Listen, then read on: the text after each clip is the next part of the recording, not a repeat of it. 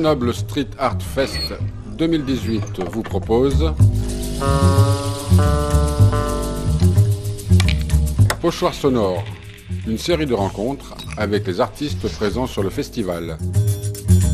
Invité de ce numéro, Victor Guillonnet, co-organisateur du Grenoble Street Art Movie Fest 2018. Eh bien c'est parti, bonjour, nous sommes aujourd'hui en compagnie de Victor Guillonnet, qui est le responsable du Movie Fest édition 2018. Victor, bonjour. Bonjour. Et nous allons voir avec toi ce qui va se dérouler sur 3 jours du mois de juin et particulièrement en plein air. Oui, tout à fait. Alors, qu'est-ce que c'est le Movie Fest? C'est, comme tu l'as dit, 3 soirées de projection en plein air, donc les 1, 2, 3 juin au Jardin de Ville. Un atelier timelapse qui va se dérouler le samedi 2 juin à la Cinémathèque de Grenoble. La réalisation d'un GIF animé par l'artiste californien Kip Toe. Et également 15 jours de projection de forme courte à la Cinémathèque de Grenoble. Alors première question comme ça qui me vient à l'esprit, c'est faire 3 jours de diffusion en plein air en plus de la Cinémathèque, ça a dû être un petit peu compliqué de mettre ça au point. Et est-ce que vous avez une heure de démarrage justement pour pas avoir de contre-jour ou de problème de diffusion? Donc là, nous, on travaille en fait avec un écran LED qui nous est fourni par Musique Plus. Donc, ce qui nous permet de débuter les projections assez tôt, même si là on est en période estivale et que le soleil se couche assez tard. Donc là, ça nous permet d'avoir d'accueillir le public et de commencer dès le vendredi à partir de 16h. Donc c'est le lancement officiel du Movie Fest. Alors lorsque l'on dit en plein air, qu'est-ce que ça veut dire? C'est dans une salle ouverte, c'est sous chapiteau ou c'est vraiment en plein air? Là, on part en plein air, c'est au Jardin de Ville de Grenoble, donc au lieu festif de la capitale des Alpes, entre autres théâtre d'événements comme le Cabaret Frappé, etc. Donc c'est un lieu vraiment très identifié par les Grenoblois, c'est pour ça qu'on a choisi ce lieu-là.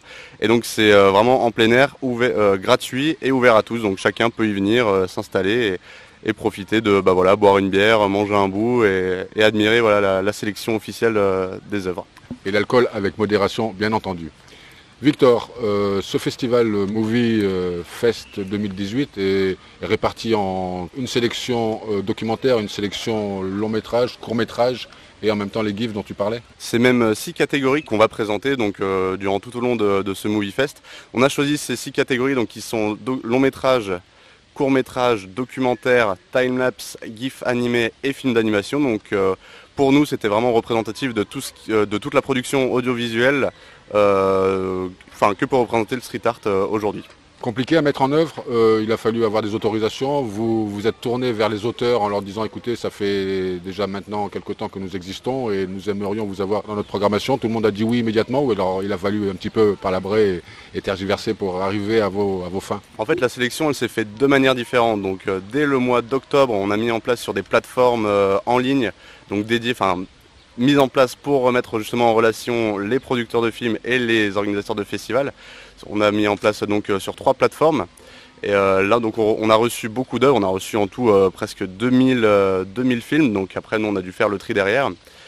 Et d'un autre côté, on allait chercher des producteurs bien connus, donc que vous découvrirez pendant ce festival. Et là c'était prendre contact avec ces producteurs, leur faire part de nos souhaits de diffuser leur œuvre et de la faire partager au plus grand nombre et de manière gratuite.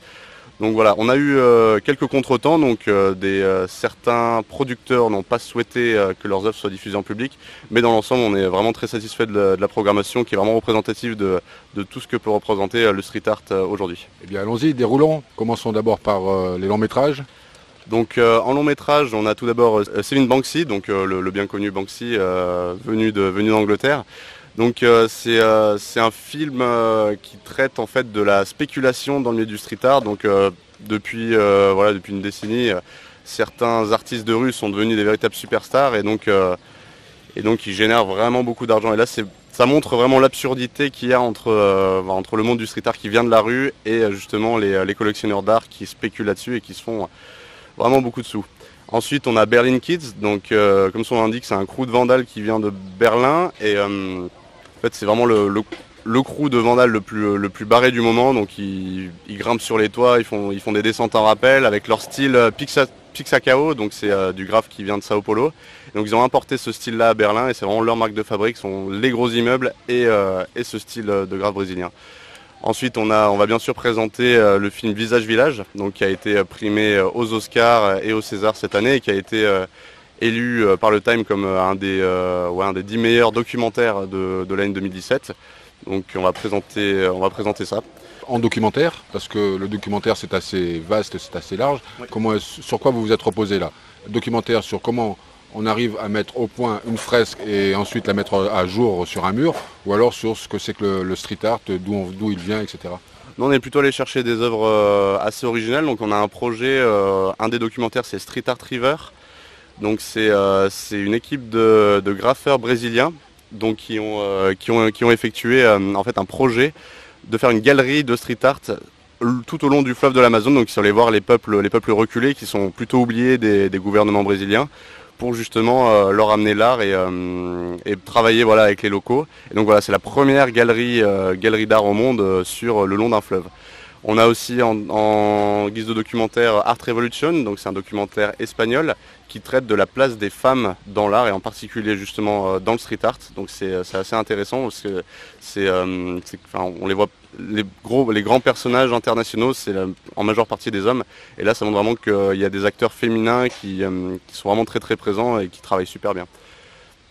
Voilà, après on a un autre documentaire, donc là où on va avoir une rencontre avec le réalisateur, en l'occurrence Tyson Knight, donc c'est The Art of Hustle, donc il vient de Californie pour présenter son film, donc qui a déjà été primé dans le Oregon Film Documentary Festival. Et aussi en termes de documentaire, on a une avant-première française donc qui a été présentée en 2017 au Tribeca, donc le festival majeur de films à New York. C'est Shadowman, donc qui parle de Richard Appleton, qui peignait à l'époque dans la rue en compagnie de Jean-Michel Basquiat et de Keith Haring. Donc ça c'est vraiment l'avant-première française, c'est le temps fort du festival, donc qui va se dérouler donc le vendredi 1er au soir. Donc outre Tyson Knight, on aura la chance d'avoir la présence de Ambroise Prince, donc c'est un Français qui viendra présenter son œuvre Juste de passage. Donc c'est en fait Juste de passage, c'est une web série donc de plusieurs épisodes. Ils ont déjà fait un à Lisbonne et un autre en Italie.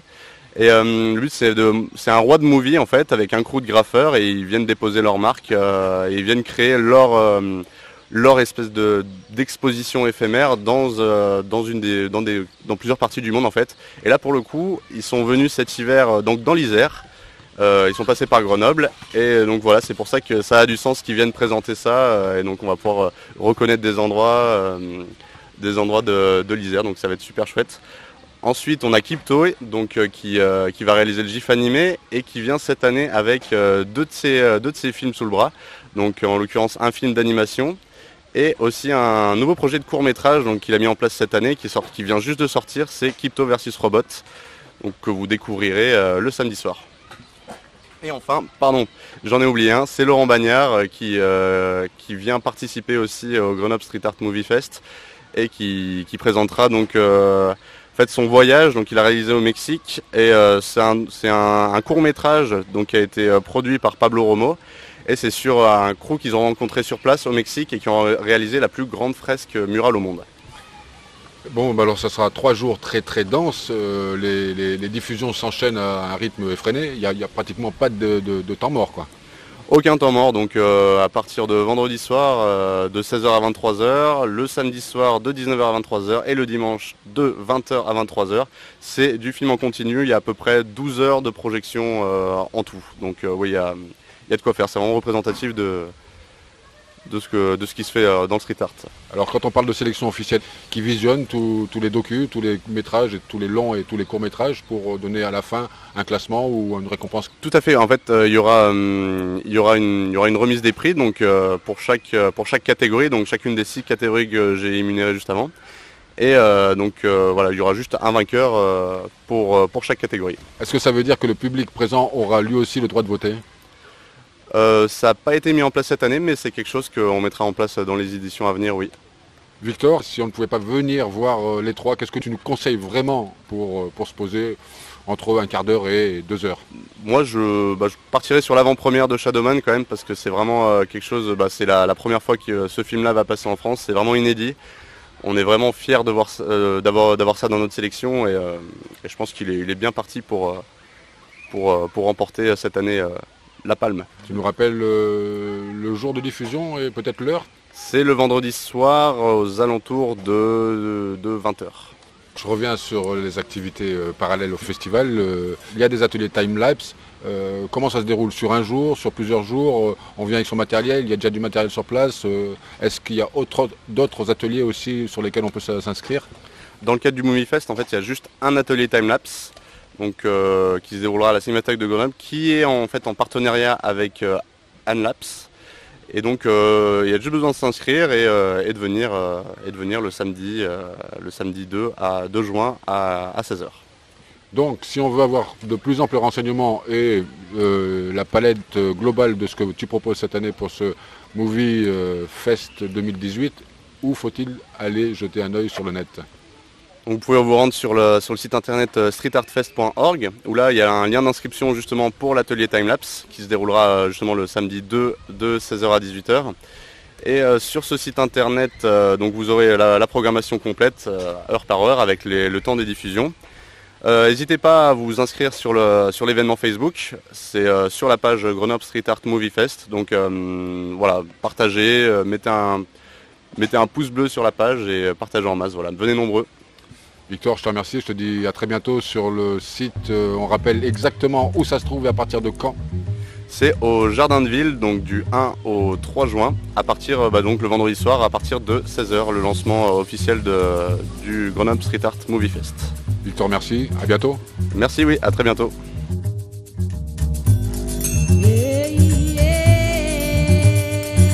Ce numéro de Pochoir sonore est terminé. Réalisation Bruno Ravinsky pour Space Junk Art Centers. A très bientôt pour une nouvelle rencontre.